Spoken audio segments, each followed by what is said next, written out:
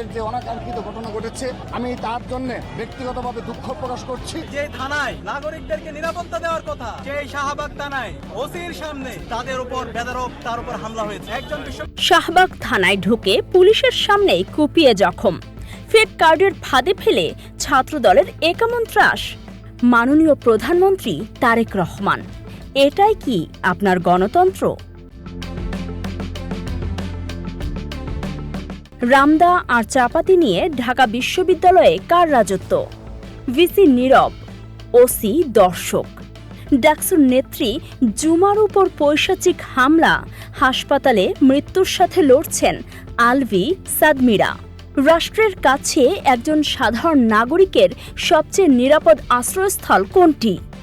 আইন শৃঙ্খলা বাহিনীর কার্যালয়, একটি থানা।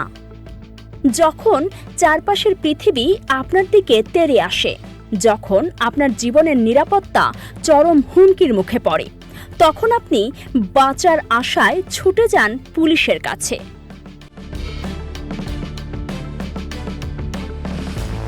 কিন্তু সেই পুলিশ স্টেশন বা থানায় যদি পরিণত হয় একটি জল্লাদখানায়, যদি খোদ পুলিশের সামনে ওসির নাকের ডগায় আপনাকে রামদা আর চাপাতি দিয়ে কুপিয়ে রক্তাক্ত করা হয়, তবে আপনি কার কাছে যাবেন?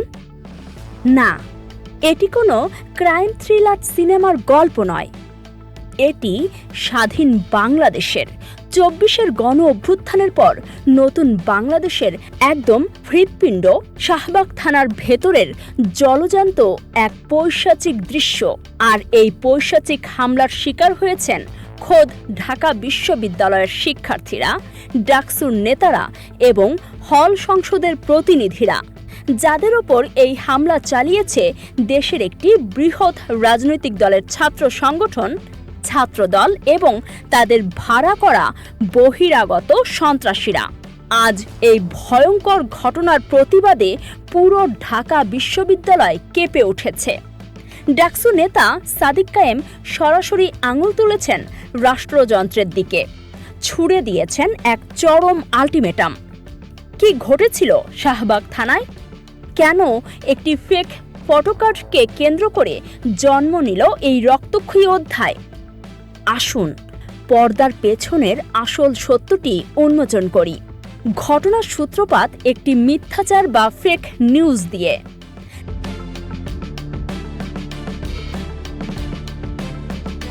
ঢাকা বিশ্ববিদ্যালয়ের সাধারণ শিক্ষার্থী আব্দুল্লাহ আল মাহমুদ, নিষিদ্ধ ঘোষিত ছাত্রলীগের কিছু কুচক্রী কর্মী উদ্দেশ্য প্রণোদিতভাবে তাকে ফাঁসানোর জন্য একটি ফেক ফটোকার্ড বা ভুয়া ছবি তৈরি করে সোশ্যাল মিডিয়ায় ছড়িয়ে দেয়। ফ্যাক্ট চেক বা তথ্য যাচাইকারী প্রতিষ্ঠানগুলো ইতিমধ্যেই নিশ্চিত করেছে যে ওই ফটোকার্ডটি ছিল সম্পূর্ণ ভুয়া। শুধু তাই নয়, ওই ফেক ফটোকার্ডটি ছড়ানোর সাথে সাথেই আব্দুল্লাহ আল মাহমুদ নিজে তার ফেসবুক পোস্টে ক্লিয়ার করে দেন যে এই পোস্টটি তিনি দেননি, এটি একটি ষড়যন্ত্র।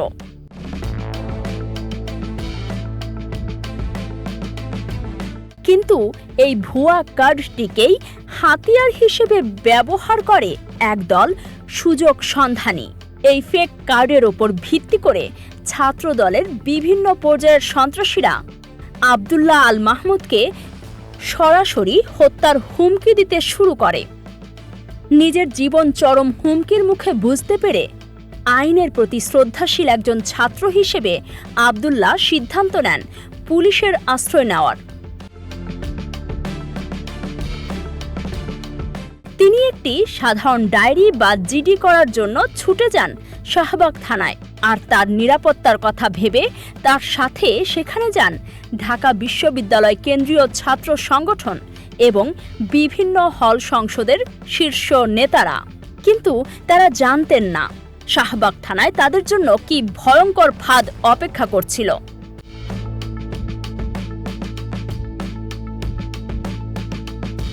যে থানায় নাগরিকদের নিরাপত্তা দেওয়ার কথা, যে পুলিশের সামনে সাধারণ মানুষ নিজেদের সুরক্ষিত ভাবার কথা, ঠিক সেই শাহবাগ থানায় খোদ ওসির সামনেই রচিত হলো ইতিহাসের এক চরম লজ্জাজনক এবং কলঙ্কজনক অধ্যায়। আব্দুল্লাহ এবং ডাকসু নেতারা যখন জিডি করছিলেন ঠিক তখনই থানার ভেতরে হামলা চালায় ছাত্রদলের বিশ্ববিদ্যালয় শাখার বেশ কিছু নেতাকর্মী এবং তাদের সাথে আনা একদল বহিরাগত সশস্ত্র সন্ত্রাসী। ডাকসু নেতা সাদিক কায়েমের বর্ণনায় সেই রাতের ভয়াবহতা শিউরে ওঠার মতো।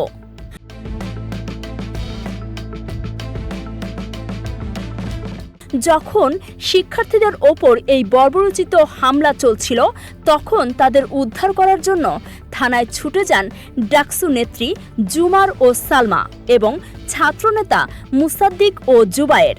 কিন্তু সন্ত্রাসীদের হাত থেকে নারী নেত্রীরাও রেহাই পাননি। আমার বোন জুমার উপর চালানো হয় চরম সহিংস ও পৈশাচিক হামলা।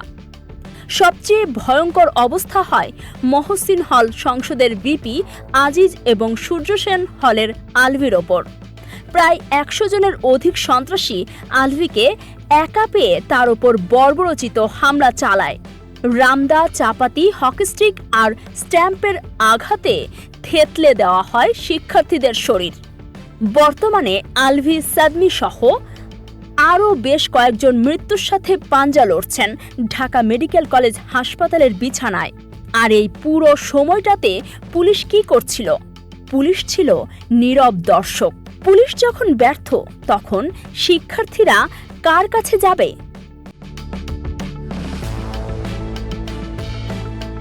তাদের অভিভাবকের কাছে? সাদিক কায়েম অত্যন্ত বেদনার সাথে জানিয়েছেন, যখন শাহবাগ থানার ভেতরে এই রামদা আর চাপাতির তাণ্ডব চলছিল তখন তারা বাঁচার তাগিদে বারবার ফোন করছিলেন ঢাকা বিশ্ববিদ্যালয়ের সর্বোচ্চ অভিভাবক মাননীয় ভিসি মহোদয়কে, ফোন করেছিলেন প্রক্টরকে, ফোন করেছিলেন প্রভোস্ট স্ট্যান্ডিং কমিটির সভাপতিকে।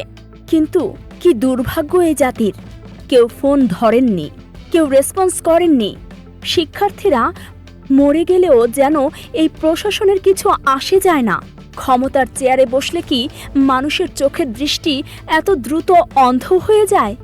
এই পৈশাচিক ঘটনার পর ঢাকা বিশ্ববিদ্যালয়ের রাজপথে দাঁড়িয়ে ডাকসু নেতা সাদিক কায়েম আজ পুরো রাষ্ট্রযন্ত্রের দিকে সরাসরি প্রশ্ন ছুড়ে দিয়েছেন। তিনি গর্জে উঠে বলেছেন, আমরা বর্তমান সরকারের কাছে অনুরোধ করতে চাই, স্বরাষ্ট্রমন্ত্রীর কাছে জিজ্ঞেস করতে চাই, মাননীয় প্রধানমন্ত্রী তারেক রহমানের কাছে আমরা প্রশ্ন করতে চাই, এটাই কি আপনার গণতান্ত্রিক চর্চা? এই কি গণতন্ত্র? একজন শিক্ষার্থীকে হত্যার হুমকি দেওয়া হলো আর সে থানায় জিডি করতে গেলে সন্ত্রাসী নিয়ে এসে হত্যার উদ্দেশ্যে হামলা করা হলো। এটাই কি নতুন বাংলাদেশ?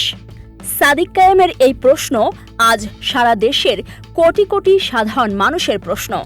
আজ সারা দেশের ছাত্র সমাজ এই নগ্ন পেশি শক্তির বিরুদ্ধে চরমভাবে বিক্ষুব্ধ। সাদিক কায়েম তার বক্তব্যের শেষে যে হুঙ্কার দিয়েছেন তা ক্ষমতাশালীদের বুকে কাঁপন ধরাতে বাধ্য। তিনি বলেছেন, যারা রামদা, চাপাতি, দেশি অস্ত্র দিয়ে শিক্ষার্থীদের ভয় দেখিয়ে ক্যাম্পাসের রাজনীতির আধিপত্য বিস্তার করতে চায়, আমরা বেঁচে থাকতে তা হতে দেব না। কেউ যদি ক্যাম্পাসে আবার গণরুম তৈরি করতে চায়, কেউ যদি গেস্ট রুম তৈরি করতে চায়, কেউ যদি রামদা দিয়ে আমার ভাইকে মেরে তার অধিকার হরণ করতে চায়, আমরা বেঁচে থাকতে এই মাসল পাওয়ার বা পেশি শক্তির পলিটিক্স ক্যাম্পাসে আর চলতে দেব না। শিক্ষার্থীরা ক্যাম্পাসে আসবে পড়াশোনা করার জন্য, গণতান্ত্রিক চর্চা করার জন্য।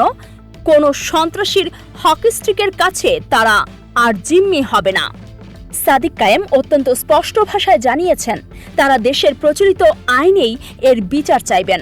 তারা বিশ্ববিদ্যালয়ের প্রশাসনের কাছে লিখিত অভিযোগ দেবেন, থানায় আবারও অভিযোগ দায়ের করবেন। একই সাথে তিনি ছাত্রদলের কেন্দ্রীয় সংসদের সভাপতি এবং বিশ্ববিদ্যালয় শাখার নেতাদের সাথে সরাসরি কথা বলে চরম আল্টিমেটাম দিয়েছেন। তিনি দাবি জানিয়েছেন,